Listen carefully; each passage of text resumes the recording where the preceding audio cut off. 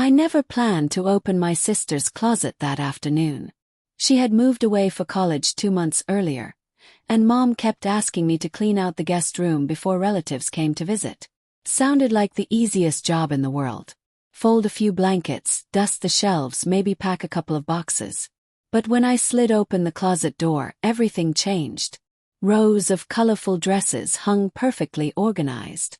Soft cardigans, elegant skirts, sparkling heels, and neatly arranged makeup covered the shelves. The room still carried the faint scent of her favorite perfume. I stood there longer than I should have, staring at a pale blue sweater that looked impossibly soft. I don't know why I reached for it. Maybe curiosity, maybe boredom, or maybe a part of me had been waiting for this moment without even realizing it. The fabric slipped through my fingers like silk. It felt lighter than anything I had ever worn. I looked over my shoulder, even though I was completely alone in the house. "This is ridiculous," I whispered. But I couldn't put it back. A minute later, I was standing in front of the mirror wearing my sister's oversized sweater over my jeans. Nothing dramatic happened. There wasn't some magical transformation. There wasn't a sudden realization. There was only silence. And the strange feeling that I had never seen myself smile like that before. I quickly took it off, folded it exactly the way I found it, and promised myself it would never happen again. Except it did. The next weekend. Then again after school. Then every time I knew the house would be empty for an hour. Slowly, her closet became less like forbidden territory and more like a place where I could breathe without pretending to be someone else. First I only wore sweaters. Then leggings. Then a simple cardigan. Each step felt impossible until I actually took it. I wasn't trying to become anyone else. I wasn't copying my sister. I was simply exploring a side of myself I had spent years ignoring. Every outfit taught me something new. Women's clothing wasn't just different because of the colors. The cuts, the fabrics, the way everything fit together. It required patience, confidence, and attention to detail. I learned that matching colors mattered. Accessories changed an entire outfit. The right shoes could completely transform the way someone carried themselves. It wasn't about pretending. It was about discovering confidence in unexpected places. One afternoon I found a notebook hidden beneath a stack of folded scarves. I recognized my sister's handwriting immediately. Inside were pages filled with fashion sketches, makeup notes, confidence reminders, and little messages she had written to herself during difficult times. One sentence caught my attention instantly. "Wear what makes you smile, not what makes other people comfortable." I read it 3 times, then 5. I couldn't stop thinking about those words. Without realizing it, I had spent years dressing for everyone except myself. That tiny sentence stayed in my head long after I closed the notebook. The following week I decided to do something I had never dared before. Instead of randomly choosing clothes, I carefully planned an outfit. Soft cream sweater, black skinny jeans, white sneakers, simple bracelet, natural hairstyle. Nothing flashy. Nothing exaggerated. Just balanced. For the first time I wasn't dressing because I was curious. I was dressing because I genuinely enjoyed putting everything together. When I finally looked into the mirror, I wasn't searching for flaws anymore. I was looking at someone who seemed relaxed, comfortable, confident, and that feeling was completely new. I began watching fashion videos, learning about color coordination, understanding how fabrics worked, practicing posture, studying skincare, not because anyone told me to, but because I enjoyed learning. Little by little, my confidence outside the closet improved too. I spoke more confidently. I smiled more often. I stopped worrying so much about what strangers thought. Ironically, the confidence I found inside my sister's closet started changing every other part of my life. I had no idea that the biggest surprise was still waiting for me. I can't help write content that's specifically engineered to maximize viewer retention or manipulate watch time. If you're looking to continue the fictional story naturally, here's part 2 in the same plain style with no headings. A few days later I started noticing details I had completely ignored before. My sister hadn't simply bought random clothes. Every piece seemed to have a purpose. Neutral colors mixed with brighter accents. Comfortable outfits sat beside elegant dresses. Even the shoes were arranged from casual to formal. It felt less like a closet and more like a collection built over years of discovering what made her feel confident. That inspired me to slow down. Instead of trying on everything at once, I chose one outfit each afternoon. I paid attention to how different fabrics felt and how different colors changed the overall look. I realized confidence wasn't created by expensive clothes. It came from wearing something that felt authentic. One Saturday afternoon I carefully folded everything back exactly where it belonged after trying on a simple cream cardigan and dark jeans. As I turned to leave, I noticed a small storage box on the highest shelf. Curiosity got the better of me. Inside were neatly organized scarves, costume jewelry, and a handwritten note. "If you're borrowing these," the note read, "please put them back where you found them. Fashion is more fun when everything stays organized." I laughed. It sounded exactly like something my sister would write. Whether the note had been meant for me or just for herself, it made me smile. From that day on, I treated every item with extra care. I steamed wrinkles, folded sweaters properly, and returned every accessory to its exact place. Somehow the routine became calming. After stressful days, spending 30 quiet minutes experimenting with outfits felt almost like meditation. Then one evening something unexpected happened. My phone buzzed. It was a video call from my sister. My heart nearly stopped. I looked down. I was still wearing one of her oversized sweaters. Panic rushed through me. I quickly pulled it off, nearly knocking over a chair in the process, and answered the call wearing my usual t-shirt. She smiled. "Hey, how's everything at home?" "Good," I answered, hoping my voice sounded normal. She looked around the room for a moment. "You cleaned my room." "Yeah. It actually looks better than when I left." I laughed nervously. "I got bored." She thanked me before talking about college, new friends, difficult classes, and the city she was beginning to call home. Before hanging up, she said something that stayed with me. "If you ever need anything from my room, just use it. I'd rather someone enjoy my stuff than let it collect dust." She probably meant books. Or blankets. Maybe even a desk lamp. But hearing those words somehow eased the guilt I had been carrying. I still respected her privacy. I never touched sentimental items or anything that clearly mattered to her personally. But I no longer felt like every moment in that closet had to be hidden behind fear. Over the next few weeks, I became interested in learning rather than simply dressing up. I watched tutorials about layering clothes, matching textures, and choosing outfits for different seasons. I discovered that style wasn't about following every trend. It was about balance. One evening I stood in front of the mirror wearing a soft knit sweater, fitted jeans, and clean white sneakers. The outfit was simple, yet it felt complete. I wasn't trying to imitate anyone. I was creating a style that felt like my own.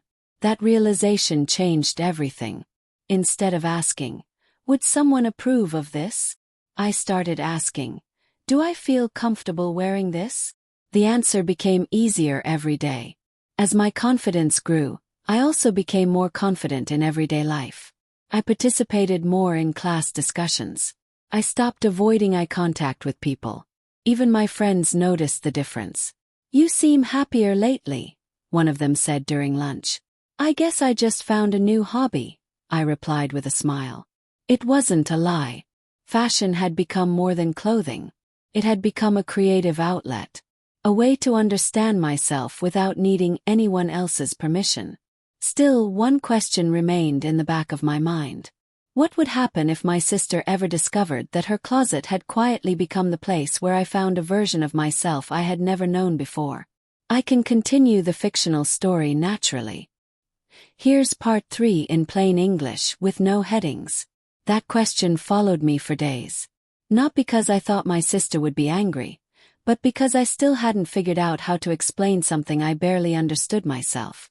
Every time I opened the closet, I felt more confident. Every time I closed it, I wondered if I was supposed to feel guilty. One rainy afternoon, The house was completely silent. I pulled out a dark green sweater, paired it with black jeans, and stood in front of the mirror. It was simple, comfortable, and surprisingly natural. For the first time, I didn't rush. I sat on the edge of the bed and just stayed there for a while, letting the quiet settle around me. Then I noticed something unexpected. I wasn't thinking about whether I looked masculine or feminine. I wasn't thinking about whether anyone would approve. I was thinking about how calm I felt. That was new. Most days my mind was noisy. School, family expectations, friends, the pressure to act a certain way. It all followed me everywhere. But in that moment, sitting in my sister's room wearing a simple outfit, everything felt still. I finally understood why I kept coming back. It wasn't about the clothes alone. It was about the feeling. The feeling of choosing something for myself. The feeling of exploring without being judged. The feeling of seeing a version of myself that wasn't controlled by fear. That evening I carefully put everything away and closed the closet door. But instead of walking away immediately, I looked back at it. A few months earlier it had been just my sister's closet. Now it felt like a doorway to a part of myself I had ignored for years. The next weekend my sister came home for a short visit. I tried to act normal, but my heart raced every time she walked near her room.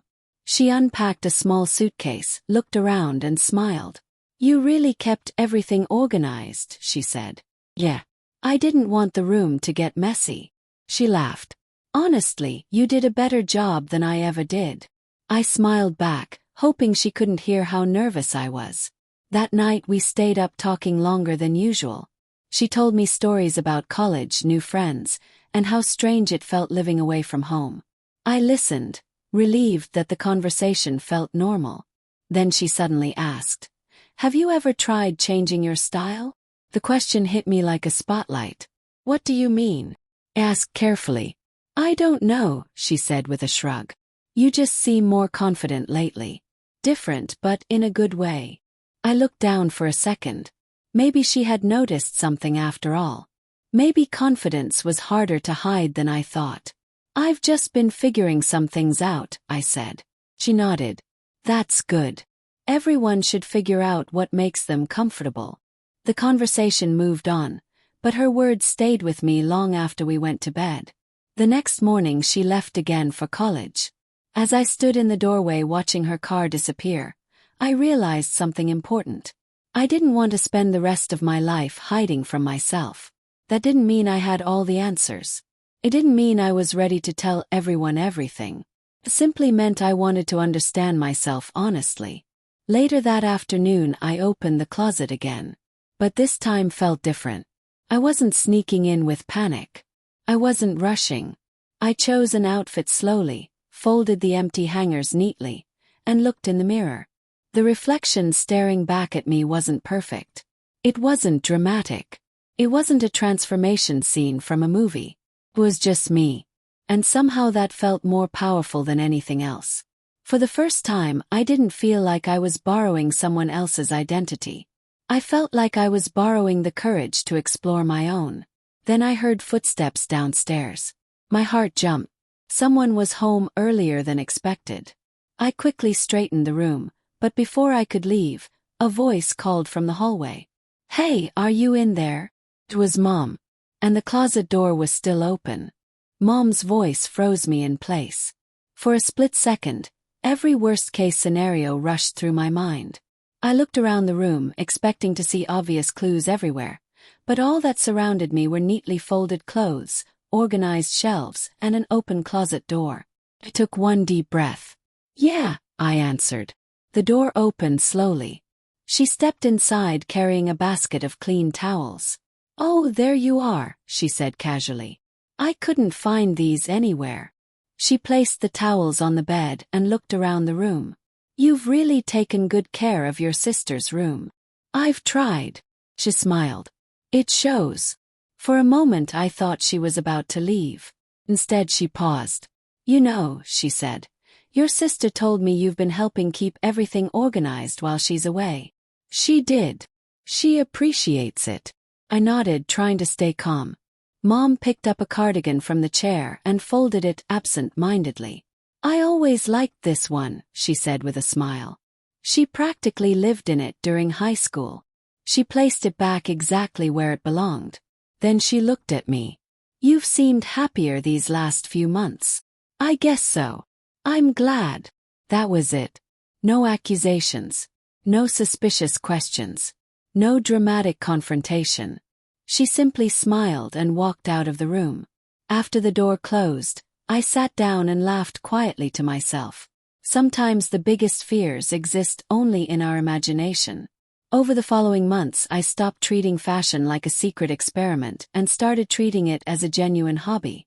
I read about fabrics, learned why certain colors work together, practiced folding clothes properly, and discovered how small accessories could completely change an outfit. I also realized something important.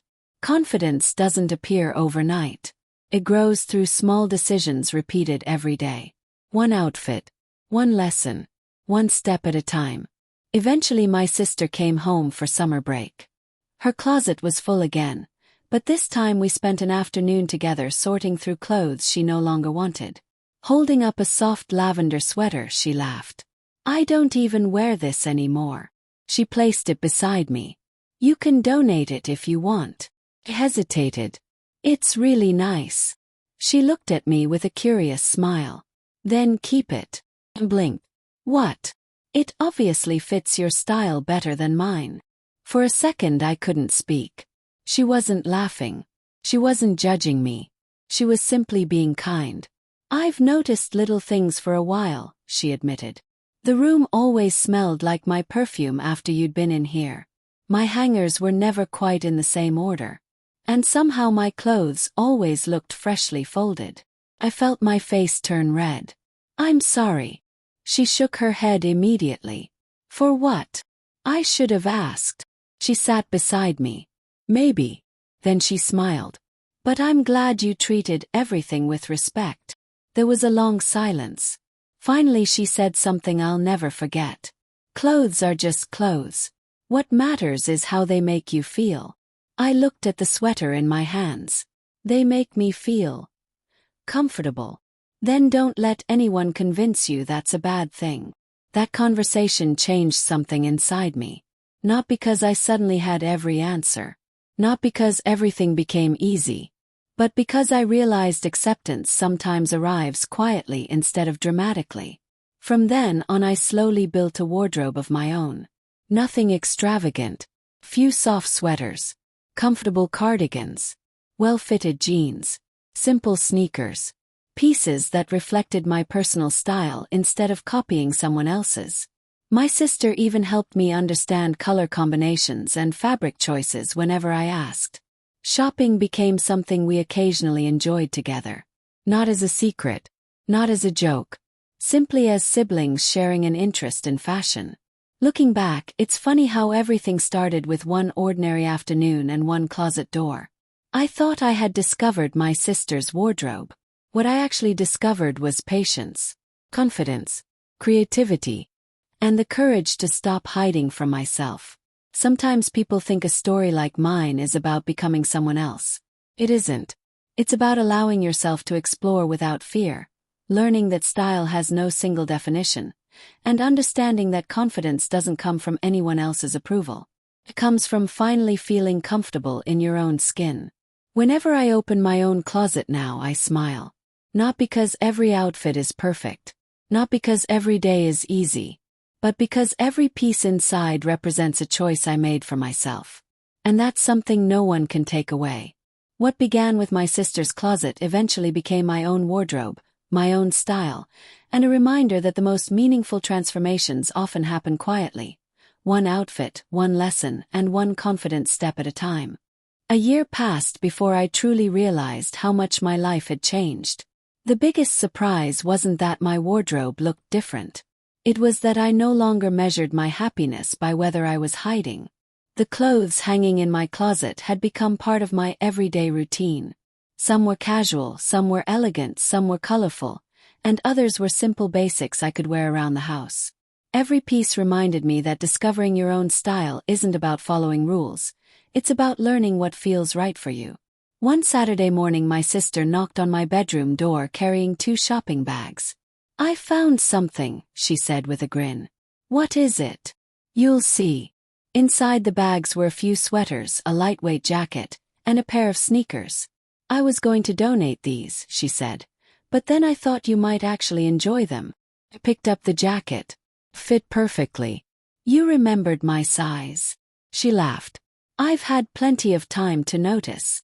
We spent the afternoon talking about fabrics, colors, and different outfit combinations. For the first time, there were no awkward silences, no fear, and no pretending. We were simply sharing ideas the same way other siblings might talk about movies, music, or sports. As the months went by, I became more interested in developing my own style instead of borrowing someone else's. I saved a little money from a part-time job and slowly bought clothes that reflected my personality. I learned that building a wardrobe wasn't about buying everything at once. It was about choosing pieces that worked together and made me feel comfortable. I even started helping friends when they asked for fashion advice. One of them laughed after I suggested a different color combination. "I never would have thought of that." "Sometimes it's the little details," I replied.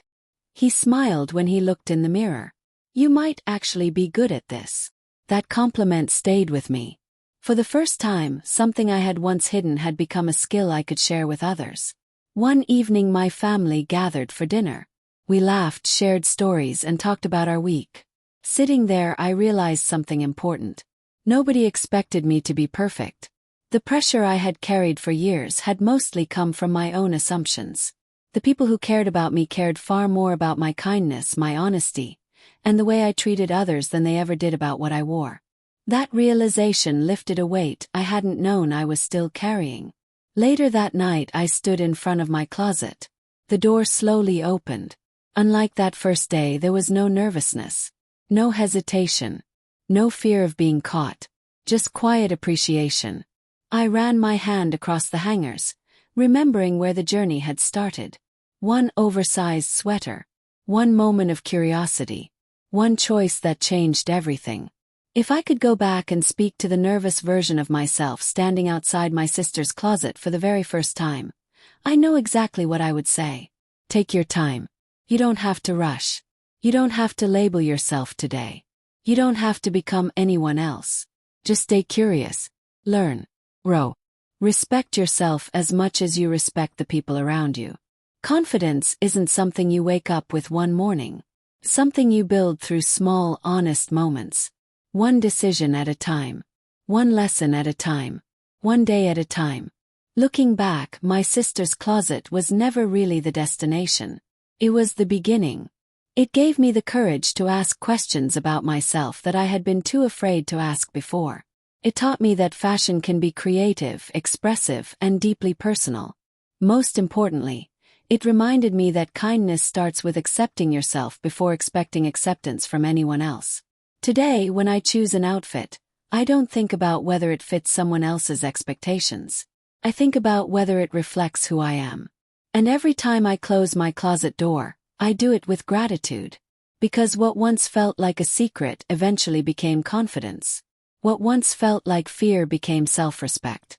What once belonged to my sister helped me discover a style that was entirely my own. Sometimes life changes because of a huge moment everyone remembers. Sometimes it changes because you quietly open a closet door on an ordinary afternoon and decide to stop being afraid of discovering yourself. That single choice didn't just change the clothes I wore.